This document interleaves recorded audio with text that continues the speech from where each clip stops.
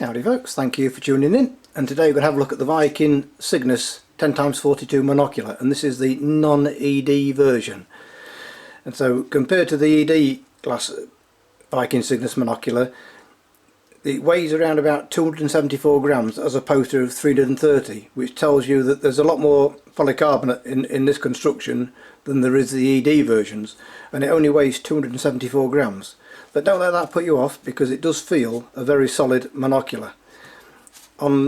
Just like the ED versions, on the underside there you've got the dual use connection there, so you can either put your strap through it or you can remove it, a wrist strap by the way, or remove it and put it on a standard tripod. Twist eye cup comes out to around about 13.5–14 millimeters, and I found with it fully in, I could almost but not quite get the full field of view, so be aware of that if you wear spectacles. By all means try a set first. And so even considering the low price, currently at around about £55 to £60, you still get fully multi-coated optics, and I believe it's nitrogen gas filled, but correct me if I'm wrong. So the view you get through this, at first glance, it is very good considering the price. Excellent colours and contrast and sharpness. In particular, I found when you looked at close-up objects, because I've just been testing these, looking at some flowers in the back garden, testing that 2-metre close focus, and with it being 10 magnification, it threw the background way out of focus and it gave almost a 3D effect.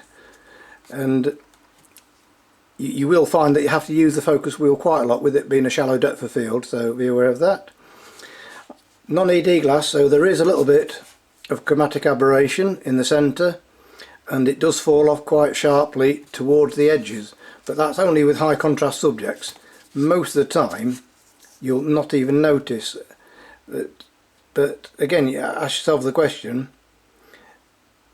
even though it's half the price of the ED version, is the quality half of what the ED gives? And I would say no. This is still, if you don't mind that little bit of colour fringing around high contrast subjects, you still get an incredibly sharp and high contrast view through this monocular, and the field of view also is very good. I believe it's a 1-year guarantee with these, but again, correct me if I'm wrong. Just like the ED versions, you get a single non-adjustable wrist strap, but they can always be upgraded if you want to get a neck strap or one that's fully adjustable.